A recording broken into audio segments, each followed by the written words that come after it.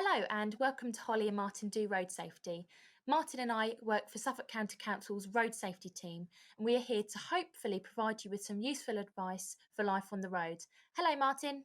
Hi, Holly. Today, Martin and I are joined by Iain Watson, who is our Senior Road Safety Officer, cat lover, and band member of the Wilsons. Afternoon, Iain. Good afternoon, Holly. Hi, Martin. Oh, hi, Ian. Yeah, sorry, I was asleep there. This morning I met some children on their way to primary school in year six. Next year they'll be in year seven, which means they big school for the first time. Some of them will be on the bus for the first time. Any advice for those travelling to school for the first time on the bus? Okay, yeah, I mean that's exactly what I had to do when I went to comprehensive. Um, get there in time for the bus, so don't rush. Don't be running down the road late as I often did. I lived in a nice quiet village. I didn't have any roads to cross, but if you have to get to a bus stop, make sure you leave in plenty of time. The bus journey itself is fairly fine if there's seats on it. If there's seat belts on it, then you have to wear them. So that'll be the coach style ones, and there really shouldn't be anyone standing. Um, One of the issues we sometimes get is people who at the end of school are held back for any reason or just were chatting, and their bus disappears without them. The advice on that is basically go back into the school and tell someone that's happened. Parents are expecting you to be on the bus. There is a commitment between the school and the bus company and your parents that's how you'll get home. So, if something changes, then the school needs to be informed. If you haven't got a phone, then the school will phone your parents and say what's happened, and that something will be worked out to get you home. So, I mean, bus journeys are usually fairly straightforward, but if something like that happens, just let someone know. Lovely, thank you, Iain. A lot of students may be wondering whether cycling to school may be a better option than walking, especially now with social distancing. It might be a really effective way of travelling. For some of them, it might be a long time since they've done bikeability. Would you mind reminding them of the most important things to remember? Yeah, of course. I mean, I'm glad to see so many more people out cycling at the moment, particularly young children and families. But getting to school by bike is a fantastic way of doing it. You actually cut down traffic, you get there quicker. You're not hanging around from a bus and being annoyed by other people on the bus, which is, what sometimes happen. Yeah, of course. The thing to remember is whatever you do on the road, you have to do what's expected of you. Don't just jump off a pavement or pull out of a junction and things like that. The roads, everyone's sharing the roads. Most people know what the rules of roads are for cars. Just assume, really, that it's the same rules for bicycles. What we're saying to cyclists nowadays is that looking at your position on the road is a key thing. If you hug the curb like a timorous little kitten, the car drivers will sneak past you. They'll try and push past you. So be a little bit further out. Be outside the zone on the road where the drain covers are and all the rubbish in the gutter. And if you're coming to some narrowing in the road, whether it's a traffic island or if you're coming up to a junction even, you know, make sure that there's no one behind you and move over into what we call the primary position. But that's basically the position where you take the same place as a car would. You're allowed to do that. Um, Obviously, do that with good observation. Make sure that you're looking around you. Make sure the person behind you, if there is one, well, for a start, make sure you know if there's someone behind you. But then make sure that you Right. look confident. Make sure that you pedal confidently, and enjoy yourself. I'd also say, we're coming into autumn soon. By the time most Yeah. people are going back to school, particularly the new lot going up to the upper schools, Yeah. it's going to be darker. Make sure you've got lights with you. Make sure you're visible now. Whether that's a high vis or something, or just really making sure that you stand out on the road somehow, and be confident. Okay. Thank you very much.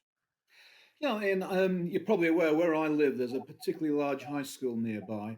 And I notice certain times when going to past the school, when they're going in, when they're coming home, very large numbers of students all travelling either to school or away at the same time. Any advice, not only for the students, but probably for all kind of road users when schools are going in and out? Yeah, I mean, it can be fairly much chaos on a pavement, can't it? We have three upper schools in a very close area in Bury, where I live. Um, what I tend to notice is that the people on the edges of the group are always stepping on and off the pavement.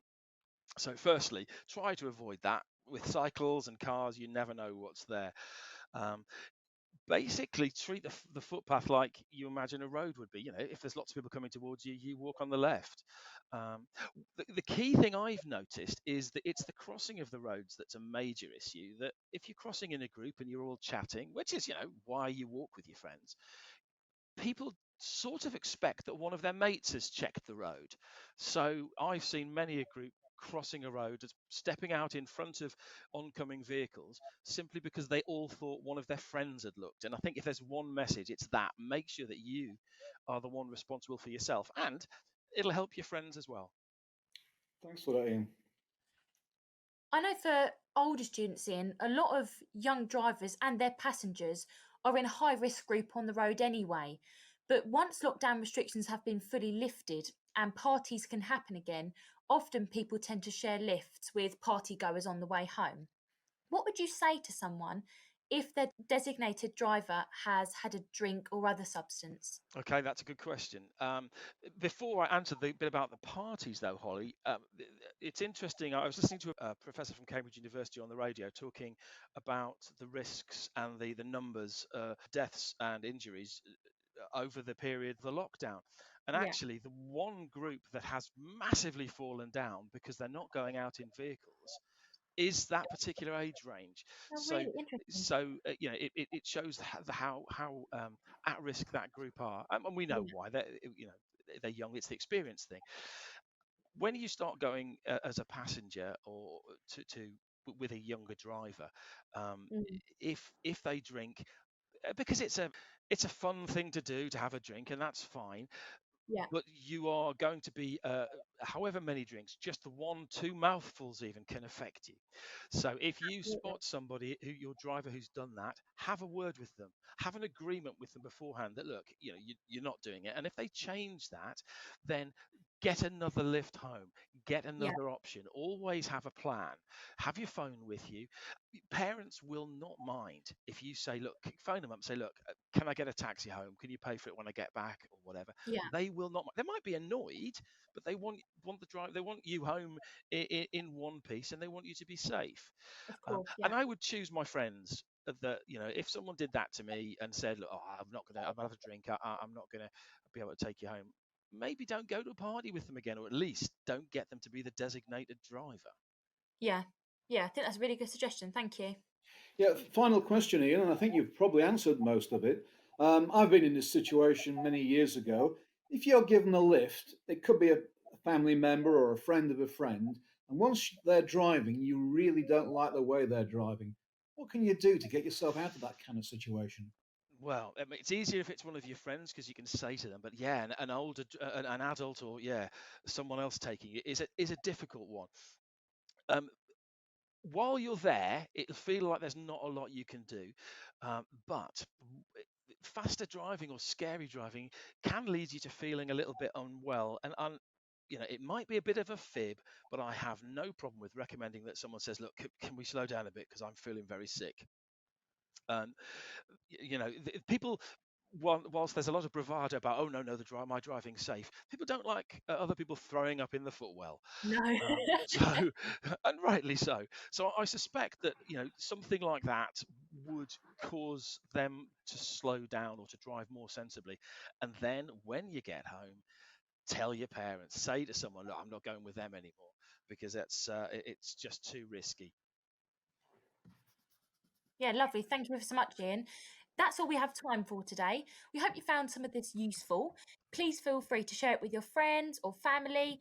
Thank you so much for listening. Thanks, Ian, for joining us as well. It's been a pleasure. If you have any questions about what the topic discussed today, please feel free to email us at suffolkroadsafe@suffolk.gov.uk or visit our website, roadsafe.com. Lovely. Thank you ever so much. Bye.